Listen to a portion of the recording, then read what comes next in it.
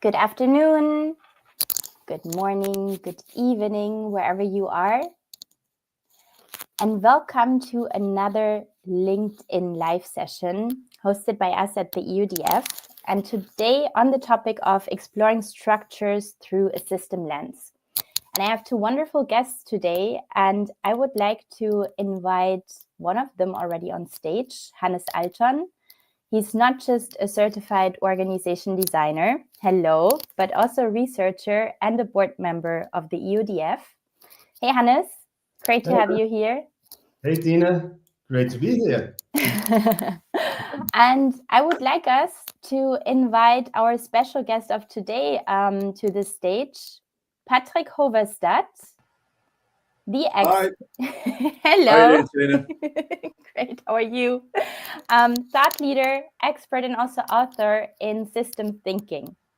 And together with these two, we're going to delve into the topic of system thinking today and have a couple of questions prepared, but would also like to hear from the audience if there are any questions. And to start off with, I would like to invite you two to just tell a little bit about yourself. So for who doesn't know you yet, gets a picture about you. Hannes, would you like to start? Yeah, okay, I'll start. Yeah, hello everybody. My name is Hannes. I'm coming from South Tyrol, so from Italy, in the middle of the beautiful mountains. I'm working as a consultant for organization design, which my approach is also composed by a big part of system thinking. And yeah, for this, I'm very glad to be here to have this conversation today with Patrick. And yeah, I really look forward to. Great. Patrick, who are you? I'm Patrick Hoverstadt. So my main job is as a consultant. So I do stuff around organisation, including organisation design and strategy and transformation. And sometimes that's on sort of multi-agency systems. So, organisation design across sort of whole sector kind of thing. I've been doing that for 30 years this year. And all of that's been done from a systems theory perspective, so using systems approaches. So yeah, that's me. Great. Oh, I also chair the professional body for systems practitioners. So nice. Okay, you two. I would like to start off with the first question. So, what are structures in systems theory? You want to go first, Hannes? I'll go first. Okay, that's good. Thank you. No pressure. No pressure. No. No pressure at all, but now I have to deliver.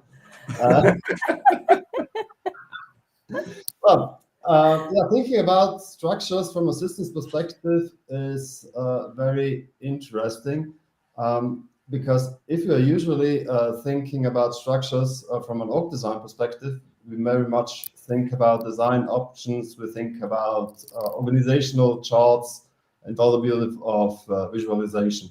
But when we are thinking about it from a systems perspective, that's very much about boundaries and the definition of boundaries that divide the organization, so the whole system, from the environment, and with the main goal to keep the organization in a stable imbalance.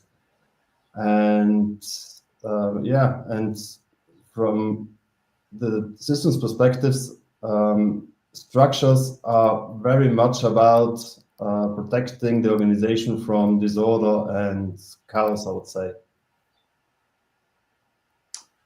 Yeah, I mean, I'd say that. I agree with all that, and in some ways, I think this question is a language one, because I think we're dealing with some of the same stuff from my perspective, anyway. I know not all organisations design is done that way, but so from a pure kind of systems lens, we're looking at patterns of relationships. So, it's one of the things you're doing in systems approaches is looking at relationships more than the things or primarily relationships rather than the things that the relationships are between. So the focus is on that. And you're designing structures and structural boundaries to make relationships easier or harder. So, you put things together so that they can collaborate, and you put a boundary between things so they can do things that are different.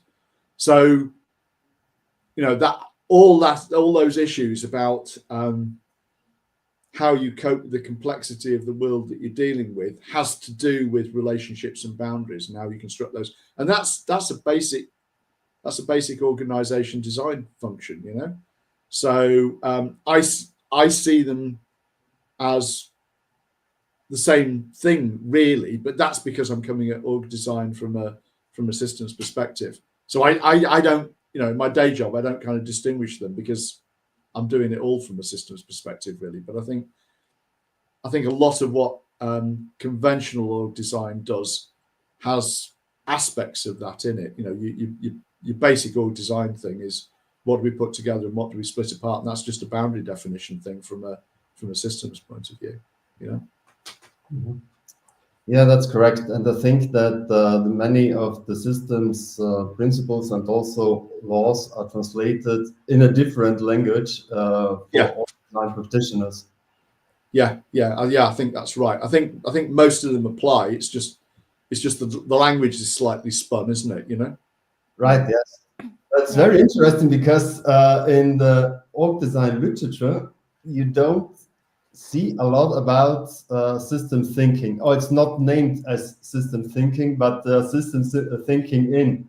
And this is very interesting. And this puts also some colleagues in discomfort when we start about to have a conversation about system thinking. So that's interesting. Yeah, I think that's right. And from a practical point of view, I think it means you tackle things in a different way.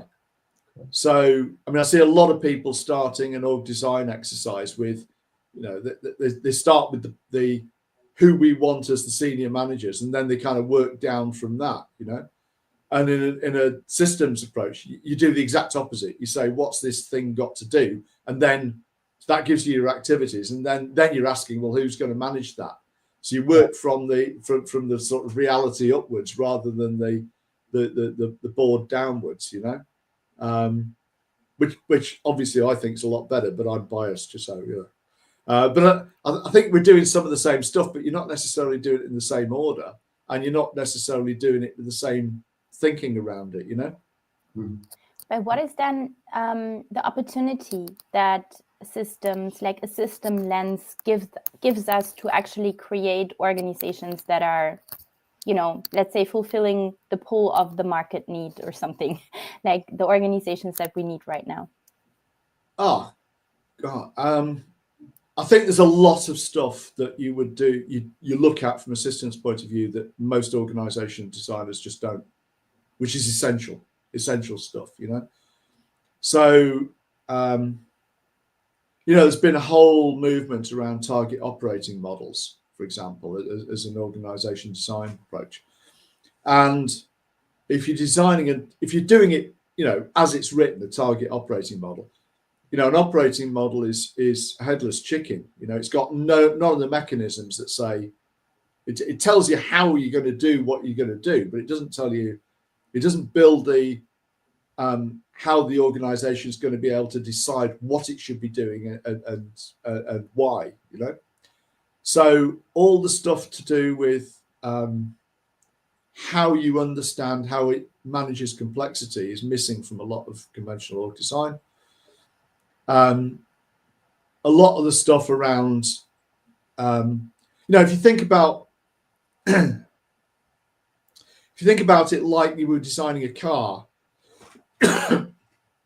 you want to understand what the turning circle of the car is, like how agile the organization is. That's just missing from a lot of org design.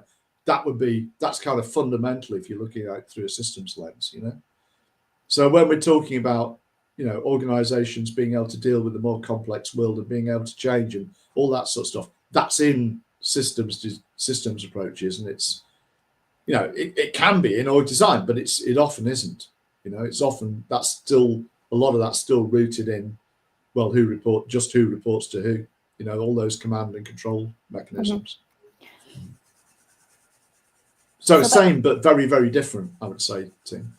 I just have like one thought on my mind, and then Hannes, I'm gonna pass on to you. But you've gone off piste already. You've gone off. Yeah, I know. I'm already. You know? I already love the conversation, and you get me thinking. Hannes and I had a bet how long it would take. So you know, I think I won because you actually also you noticed that I got you to actually pronounce your name yourself, right? So now I know how it's pronounced, right? But I was thinking, you know, I come out of like the self-management space, right? So we, you know, experimented with like holacracy and other kind of topics, but very much with the thinking of looking at an organization as a living organism. And that's why I'm like coming back to that, because everything is in movement. And, you know, an organization, every organization, I keep coming back to that, is a different kind of social system with different kind of needs. So how do you look at an organization? And I think like with this approach comes in, right? That it makes sense to look at it in like somewhat like an interdependent kind of system way. And then, you know, use that to help actually not maybe design the organization, but help to give like people maybe the tools or whatever to co-create whatever needs to be there. No, I think it is to help with design. So, I mean, again, you know, coming back to the basic systems thing is you look at relationship. So in this, you're looking at the relationship between the organization and its environment. Something that, you know, it's what you said, Hannes, isn't it? You know? Right. So you're designing for that. You're absolutely designing for that. You know, you're designing it around what sort of relationship with the external world do we want? And what do we need to do to get that? And what are the parameters of that? So you know, within, you know, how big, how small should this be? How fast, how slow should it be? All those for us to be okay. And then you're designing the organization to fit into that relationship. Because that's what keeps us alive as an organization. If you think about it as a living system, that's what keeps us alive. So that's what you're designing for. And if you're not designing for that, I don't know what the hell you are designing for. You know what I mean? It's really the fundamental thing, you know. Hannes, yes. It's about assuring the viability of the system. Yeah. So one of the main goals of any system is to survive. It's like in nature, like it is in organizations. Yeah. To make it a little bit more practical, do you guys have like examples that we could maybe like dive in a little bit? Examples of which bit? I mean, or design examples generally, or no, like specific aspects of it. It's a big topic, you know. I know, it's huge. Well, Hannes, what would your idea be? Yeah, thank you for. Hannes, you volunteered to be here, mate. You know, you can't do that and they go, "Oh, God, I got the question." This was my idea, so this is the main problem.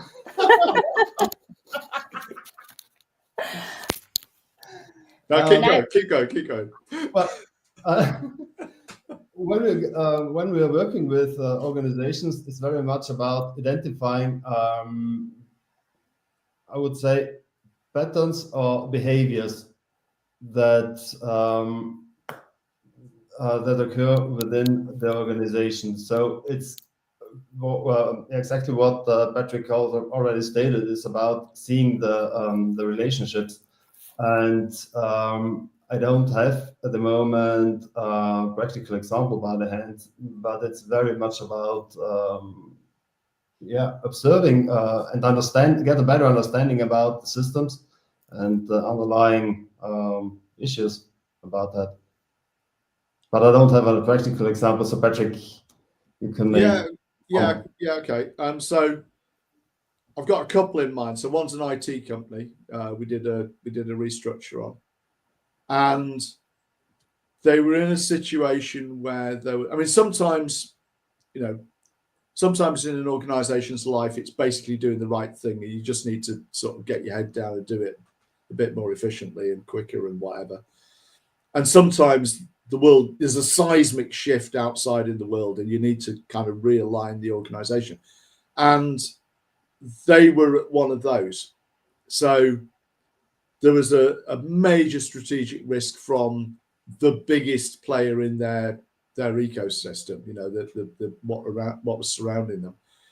And from an org design point of view, we couldn't afford for them to stop doing what they were doing, because that was keeping them alive.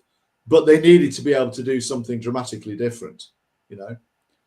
So you've got to sort of redesign the thing to be able to do something that it wasn't doing now at scale. So, you know, how to innovate that at scale. And you know, that worked fine. So we went through the design exercise. They did the change in, you know, everybody changed jobs in a day. So they did the entire organizational change bit in a day, except for the planning. You know, we planned it over a few months, but they did the whole change in one day. And because we'd kind of we put a boundary, as you do, between the bit that was doing the, you know, running the all the services that they had already in place, and separated that out from the bits that were doing the new innovation. The bit that they had, like, I don't know, 75% of the workforce in the keep the wheels going, you know, and they were, because they weren't bothering about innovation, hard edge innovation anymore. They were just like, we got to run this stuff. They were 40% more efficient than they had been before. You know, so that's what you get from getting the boundary in the right place, and the bit that was doing the innovation produced the innovation and took it to market. So, you know, that whole designing for the relationships that you have and you need to have, designing so you can see whether that's working. You know, how would we know when to pivot the organization? Designing the agility so we can move. Designing where the boundaries go so we can focus on this, not try and do everything at the same time. Massive difference, absolutely massive difference, you know. So yeah, does that sort of answer the question, Tine? Yeah. And also I'm like, oh, I remember where we did things wrong.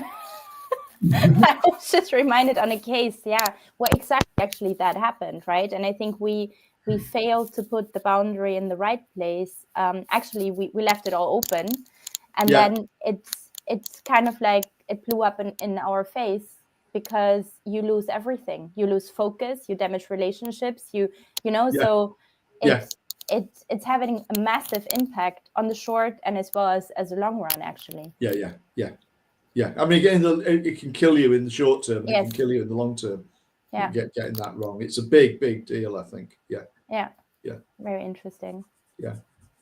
Hannes, you get it right, and everybody's happy, you know. So almost. But it seems almost invisible. You know, it's not like oftentimes it's not like it's not like right there. You know, that you would like identify and say, right, you know, here needs to be the boundary, and that's it. But to get to that point is really delicate, I think. Yeah, I mean, for me, that's the sort of that's the most important design decision you take when you're designing an organization. Is basically how you're going to do the grouping. You know, everything else comes after that. You know, there's a load of stuff you need to do after that, but that's the thing that has the biggest effect on performance and what you're good at and what you're bad at. So it's worth taking time over, I think. It's quite an effort to define the boundaries, but it's absolutely worth doing it, as it creates also a sort of stability that every system needs. Yeah, I agree. So I feel like we have already answered the question we had, like why is it essential to understand the structures, to understand the systems at the end of the day? Or do you agree? I think we have answered that question. Well, we could carry on talking about that forever, you know, but it's not, I do what I'm told. So if you want to move on, that's great. And I still don't believe that. So. Well, if you had anything to add to that, like very specifically, then I would create the room for you guys. But otherwise, I would like to move on to the next question. Okay. Well, no good. resistance. Yeah, you're just doing what I'm telling you. I get it. Yeah. So which system laws or principles do you find most intriguing or unique?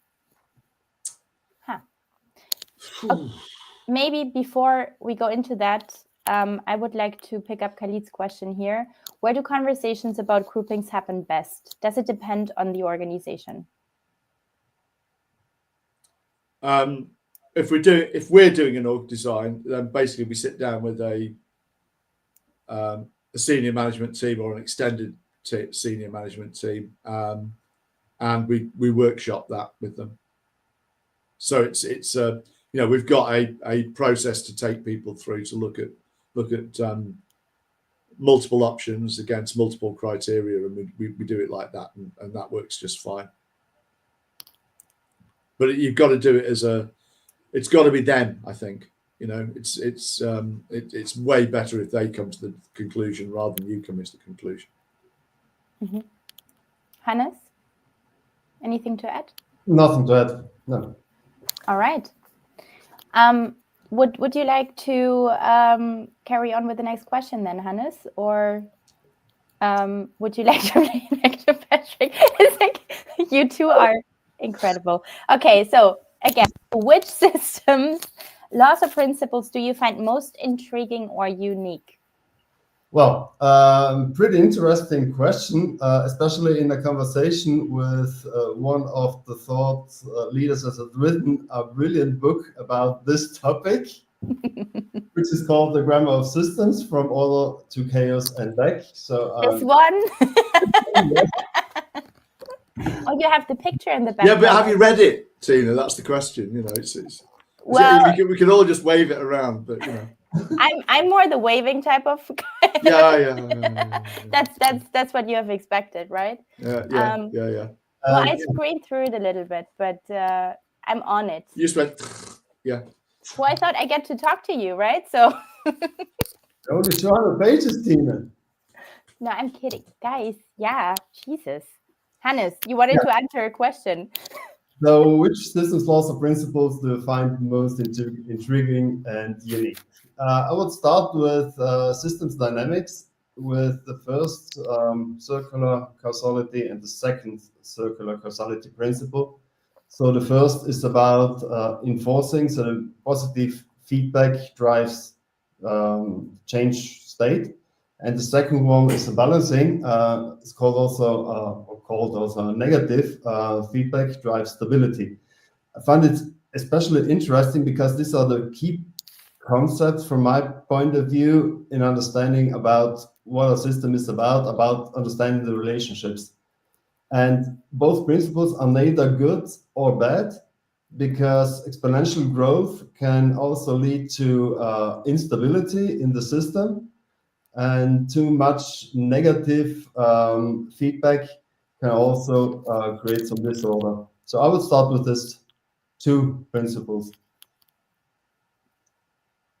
Yeah, I think it's really interesting from an org design point of view as well, Hannes, that I think a lot of org designers don't think about those dynamics when they're designing when they're designing an organization, but that's what's going on. So it's kind of, if you don't think about it, you're kind of designing something without really understanding how the thing works. And it's the negative feedback loops that keep systems stable. Right.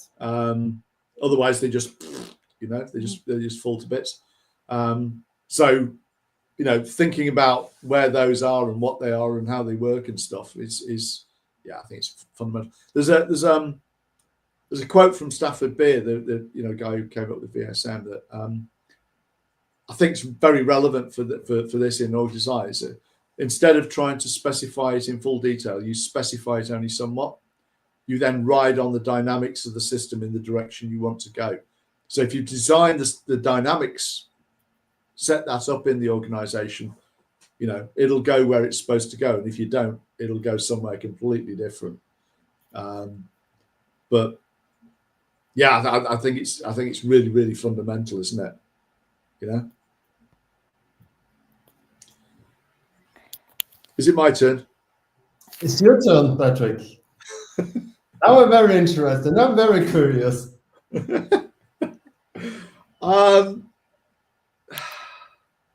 I'm going to go for a lazy one, really, which is Ashby's law of requisite variety. So, how well any system manages or performs depends on how well it matches the variety it faces. So again, I think a lot of people designing, the basic idea in having an organization is to do something that is more complex than we can do on our own. That's the only reason for having them.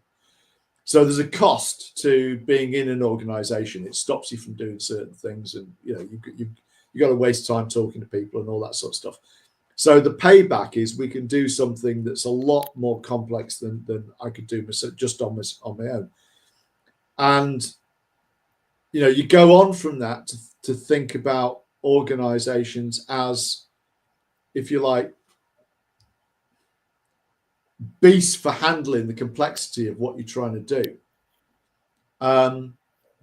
or machines for handling that complexity. But a lot of org design does not take that into account. They don't look at how the organization structure absorbs the complexity of what we're trying to deal with, and that's massively different depending on how you construct your organization. So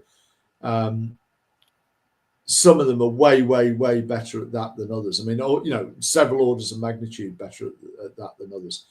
So understanding those sort of complexity equations that are built into the, you know, what is it we're trying to do in terms of the task complexity, or the, you know, the geographic spread, or the how that works over time, or for different customers, or whatever, and how all those intersect, and how the organization structure helps people deal with that or not, I don't think is well enough understood in a lot of cases, and I think that's a massive thing. So from an org design point of view, particularly, I think law of requisite variety is kind of critical, really. And from a systems point of view, so much hangs from that. You know, it's kind of like your one of your law in physics, one of the laws of thermodynamics. You know, there's so much other thinking that hangs off the Ashby's law. So that'd probably be top of my list, really. It's not exactly my favourite, but it's I think it's so important in this world, you know, in org design. Back to you, mate. Your turn. Where are you going next? Right. No, absolutely agree. So Ashby's law of requisite variety is quite easy to read, but if you go think through it, really, yeah, it's you in completely a different universe where you can easily get lost. And this is what fascinates me also a lot. And this is also, I think, one of the reasons why some people dealing with organization take it not into consideration, but I think it's critical also for designing or creating future fit systems, because it's it's for me, it's basics from my understanding. Yeah, agree, absolutely agree. That wasn't your turn, you know that. Yeah, you still got to do your turn. that was just you agreeing with me. So you still got another one to do. You have another one, Hannes? No, but I'm very interested. I have different ones. Yeah, but we'll come up with another question, right? And yes, we'll come back. But what I really would be interested in, what's your favorite, Patrick? Favorite one? I don't really have. I mean, people have asked me this before. I don't really have one, Hannes. Okay. so the two I lean on the most, that doesn't make them my favourites. The two I lean on the most are, I think, the law of calling, which is, you know, difference creates boundaries and boundaries create difference. So understanding where you're putting those boundaries and what happens when you do that. Mm-hmm. And particularly in an org design, you know, as we've talked about, in an org design context, I think that's the basic thing you're doing in org design. You know, you know, crudely, you're lumping things together or you're splitting them apart. That's you know, law of calling, really. And the other one that I lean on massively is the law of requisite variety. But I wouldn't say they're my favourites at all. I guess if I was going to an actual favourite, it's more around the viability principle and the structural viability theorem. So viability principle is what really sits at the back of the viable system model, which is the tool that we use for org design. So, you know, a system's viability depends on basically managing two tensions. One is the autonomy of the parts with the cohesion of the whole, and the other one is change versus stability. So you can kind of think about those. I mean, they're kind of orthogonal at right angles to one another, and you can think of both those tensions. You know, think about like two elastic bands knotted in the middle, and they pull one another in different directions. You know, and that's never stable. One of the things I love about it is it's never stable through time. So, you know, sometimes in an organization's life, it's basically doing the right stuff, but and what you're doing is adapting to local tactical needs. So you max out on the autonomy for that. And sometimes, you know, the world changes and you've got to max out on the cohesion because we've all got to go over there, you know. And that can switch real fast, you know. And sometimes the world's stable and you just need to be stable, and sometimes the world changes and you need to change. So the thing I like about it is the fluidity of it, you know. It is as a management team, these are the things that you really ought to have your finger on the pulse of, you know. Is the world getting away from us, or is it not? Are we on top of that, or are we not? Have we got enough cohesion, or you know, have we got too much? Are we too controlling? Are we, you know, playing with those all the time is kind of what senior managers should be doing, and I don't think enough of them have got that. So if I had a favourite, I think it might be that one. I don't know. It's either that or the you know, the system survival stuff that you know, organisations fail if the environment changes faster than they do, which is kind of wrapped up with the viability principle, really, I think. So that'd be my favourite, I think. And I think it's really important from a systems point of view, but it's super important from an org design point of view and from a management point of view, you know? Yeah, especially the play part, sorry. Especially the play part in organization, because we are dealing, the management teams are dealing day by day, and all members of an organization with a very complex system. And so playing is one key of it. And it makes it also, and this dynamic makes it really to a living system. And this is, yeah. And I think from a design point of view, you know, we see an organisation at a point in time when we're doing the design, right? Yeah. But you know, this is going to change. You know, those things are going to change. So, you know, from a design point of view, one of the things we ought to be building in is the ability of the management team to understand this and to be able to change it through time, because they'll need to be able to change it through time. Right. You know, the org design is going to be out of date. You know, right. we do it at a point, but it's going to have to change. And they need to know, you know, that the IT company I mentioned earlier, real smart MD, and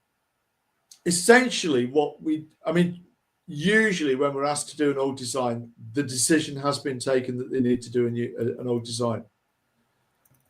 So the exercise, generally speaking, for me, is understanding what's wrong with it at the moment.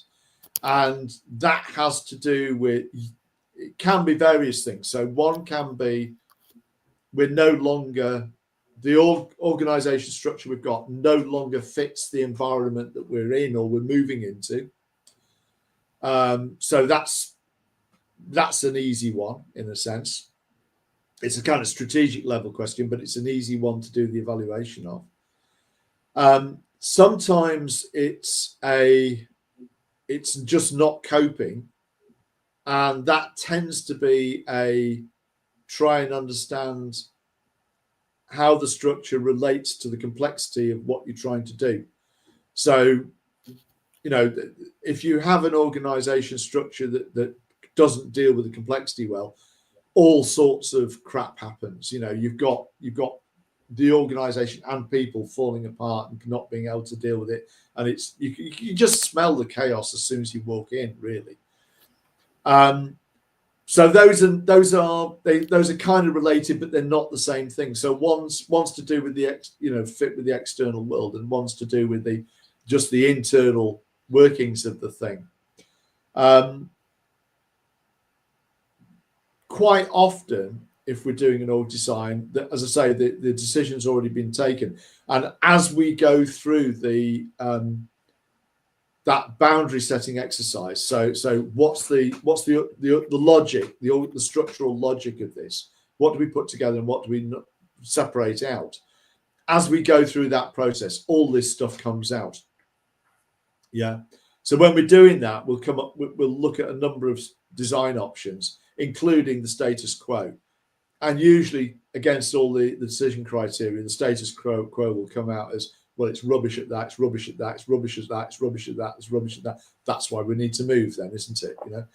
So quite often it's really, really easy to see.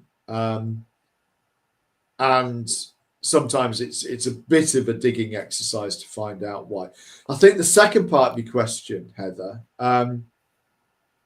countering the flow of existing interactions, feedback loops, etc. That's a huge issue.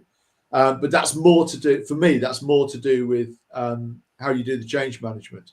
And I think one of the things that's hugely underestimated in change management, and conventional change management just doesn't get this at all, is that the stability of the system is maintained by feedback loops. And if you want it to change, you have to change the feedback loops. Otherwise, it just goes back to what it was. Because organizations are being hit by stimulus to change all the time. And if they responded to everything, they just disintegrate. They just fly off in different directions. So it's those feedback loops of this is what we do and this is how we do it. This is what we do and this is how we do it. Just repeat. That's what keeps it stable. And so from a design point of view, it's which of those are helpful and which of those are not in the new design. And from a transformation point of view, it's which of these do we need to decommission or weaken so that the system can change. But mostly the sort of org change people do, rather than trying to decommission the things that are keeping it as it is, they just try and kind of prod it into a new state, which doesn't work very often, which is partly why the failure rate of change initiatives is as high as it is. And all that gets blamed on resistance by individuals, but it's not. It's just the nature of systems. That's how they work. Otherwise they wouldn't survive as systems. They just evaporate. Does that answer your question? So we don't get the immediate feedback now, right? So Heather, okay. Please press a thumb up or something. I would have one more question. So how does the organization of the future look like for you? I will pick this up, if it's okay for you, Patrick. He was waiting for that, right? What? No, he wants Go for it. Go for it, Hannes. Go for it. Okay, that's good.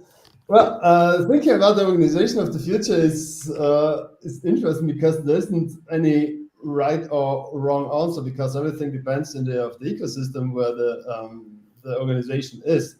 So I'd rather answer this question by putting up some key principles, some key criteria that the organization should fulfill, let's say. And one is the adaptability while maintaining the functionality and, let's say, stability of the system. So flow on the one and stability on the other side, in order that the organization still is able to create value. Should be absolutely capable to deal with uncertainty. So we both, humans and organizations, don't like that, but we have to deal more and more with that. That's it. So with a lot more question marks, and there is where one key principle that Patrick stated before, that management teams need to be more play with things, and try different things out in order to be capable for future challenges. And finally, they need to learn fast as a system. And this is one of, I would say, the key challenges of the future. Yeah, I agree with all that. I mean, the only thing I'd add to it, I think, is in terms of external form, don't know. In terms of the internal systemic stuff, we know absolutely. So the systemic stuff, the principles are constants. Those are always going to apply. If you take some of that's baked into, for example, the viable system model, which is by a very, very, very, very, very long way the best predictor of organizational survival. So there's a 0.71 correlation between how VSME an organization is and its chances of actually surviving, which is way, way better than anything else. What's baked into that as kind of core structures, systemic structures, if you like, is a constant. It doesn't matter what sector you're in or what type of your organization you're in. What makes a viable system viable is not going to change. That's going to remain constant. So, in a way, going to the systemsy stuff makes your life as an org designer much, much easier, because the external, what it looks like externally can change a lot, but the job doesn't change, the stuff doesn't change, the underlying structure doesn't change.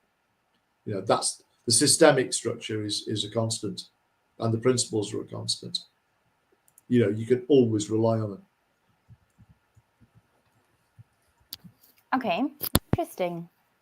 That wasn't the answer you wanted, was it, Tine? Well, I mean, if you could just give me a couple of tools, like make it practical for me to go now in my organization and implement it. It would help me, but no, but so where's this likely to go in the future? The way where it's likely to go in the future is increased change rate.